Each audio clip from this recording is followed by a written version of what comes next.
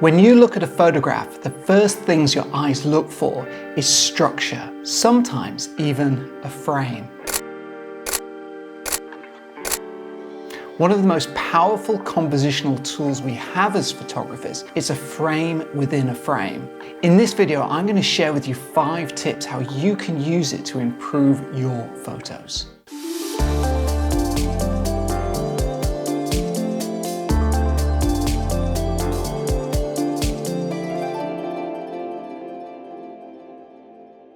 Hi, my name is Sean Gallagher. If you're new to my channel, welcome.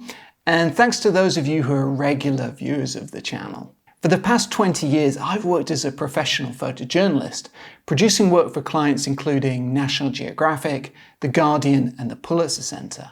Here on my channel, I want to share with you some of the skills, mindsets, and techniques that I've learned throughout my career in order to help you improve your photography. In this video, I'm going to break down the compositional technique of a frame in a frame. And I'm going to discuss what this technique is, why it works, and how you can use it to create more dynamic, layered, and storytelling images. Along the way, I'm going to share with you some of my own photographs that use frames, from windows to trees to even a hole in a wall. And I'm going to show you exactly how they can guide your viewer's eyes. If you really want to dive deeper into the fascinating world of composition, click the link in the description and check out Chapter 4 in my new photography course, The Photographer's Eye, From Beginner to Confident Image Maker. In that chapter, I do a deep dive into my favorite techniques, and I talk much more about the power of composition and how you can use it to transform your photos. Oh, and when you join the course, make sure to use the coupon code that you can find in the description to claim your exclusive discounts. Okay, let's go on to discussing what exactly is a frame in a frame.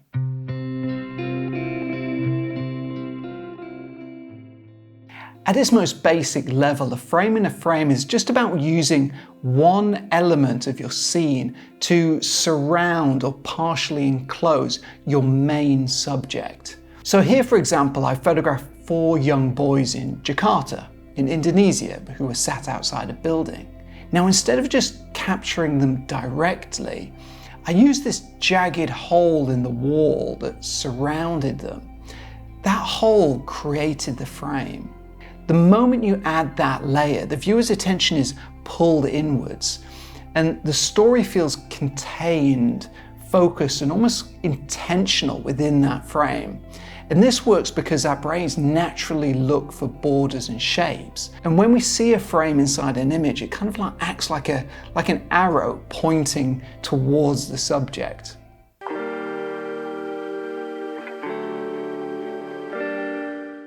One of the easiest frames to find are those in architecture. For example, doorways, windows, arches, and like holes in the walls. They can all become quite natural borders. So let's have a look at a couple more examples to show you what this looks like. So in this image, the doorway in this man's home in China becomes the outer frame. It's almost like we're peeking into someone's world. This adds a feeling of intimacy as if we're kind of a quiet observer looking in from the outside. And that frame of the doorway heightens the effect. Here is quite a different example. It's an image of a motorbike speeding past an abandoned building during a sandstorm. You can see that the motorbike is framed perfectly by that hole in the wall. Now, without that frame, the scene might just be quite an ordinary shot. But shot through the wall, it becomes almost cinematic, almost like a movie screen. So when you're out taking pictures, use architecture to your advantage and look out for those frames. For example, those doorways and those windows, for example. Make sure to use those frames to focus in on your main subject.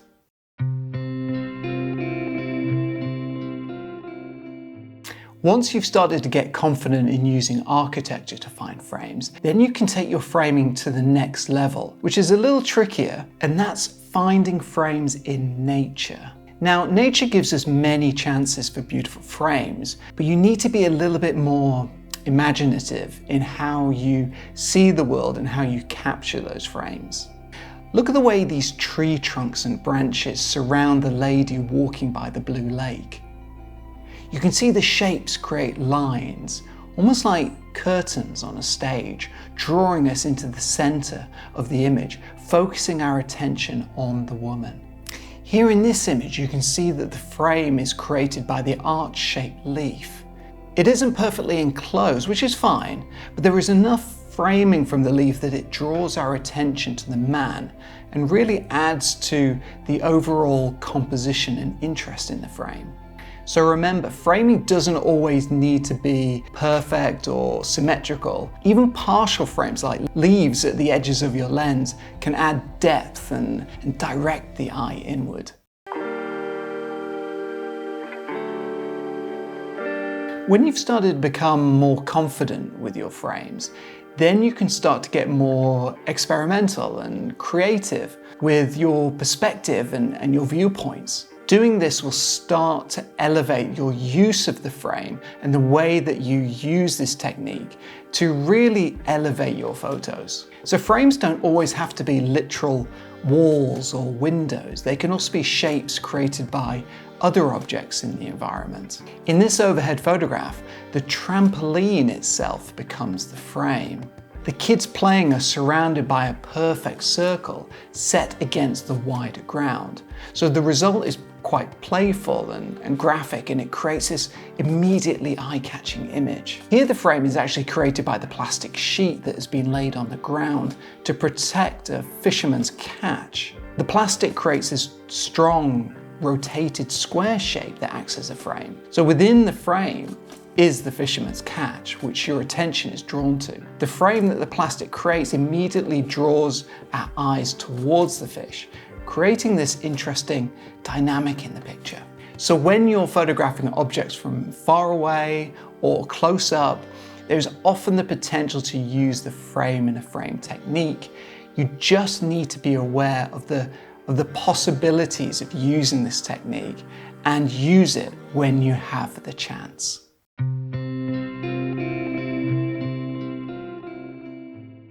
The frame in a frame isn't just a gimmicky compositional trick, remember. It actually has the power to really create a story within your photo and to add intrigue, and it will make your viewer care more about the subject matter you're photographing and the story that you're trying to tell. In 2013, I worked on a story about the effects of rising sea levels in Jakarta in Indonesia. And this image is from that story, and it shows a man looking out from his small home, which was perched on the edge of the sea. As I photographed the home, I saw his eye peek out from that window, and that natural frame of the window helps draw your attention to him, and it creates this odd, kind of mysterious moment that really makes you want to learn more about what's happening to this man in this image. It's a technique that I used a few times for images I made for that particular story that was ultimately featured by National Geographic and published widely online. Of course, you don't need to use the frame in a frame technique for every photo that you take. So for example, if you're doing a photo essay, for example, you want variety in those photos. However, the odd use of a frame in the frame technique can create an interesting effect for individual images. So use it sparingly, and it can add variety to your portfolio or story.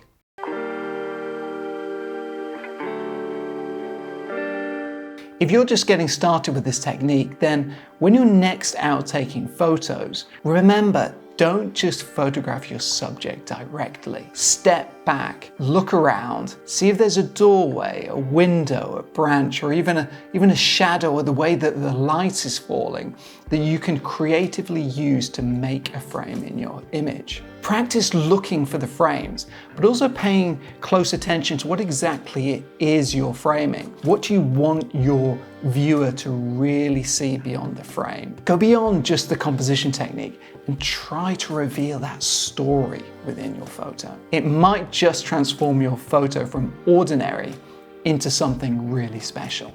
Now remember, if you'd like to learn more about how to use composition techniques to really transform your photos, check out my new photography course, The Photographer's Eye, from beginner to confident image maker. There are almost 7 hours of video lessons there waiting for you, and I have a whole chapter in which I focus on the best composition techniques for beginner and intermediate photographers. At the end of the chapter, I also give you an assignment that you can use to go out and you can practice these techniques and then get direct feedback from me in our class group chat. Just click the link in the description to learn all about the course. Oh, and make sure to watch the other videos on my channel to learn more about composition, street photography, and other tips that will help you.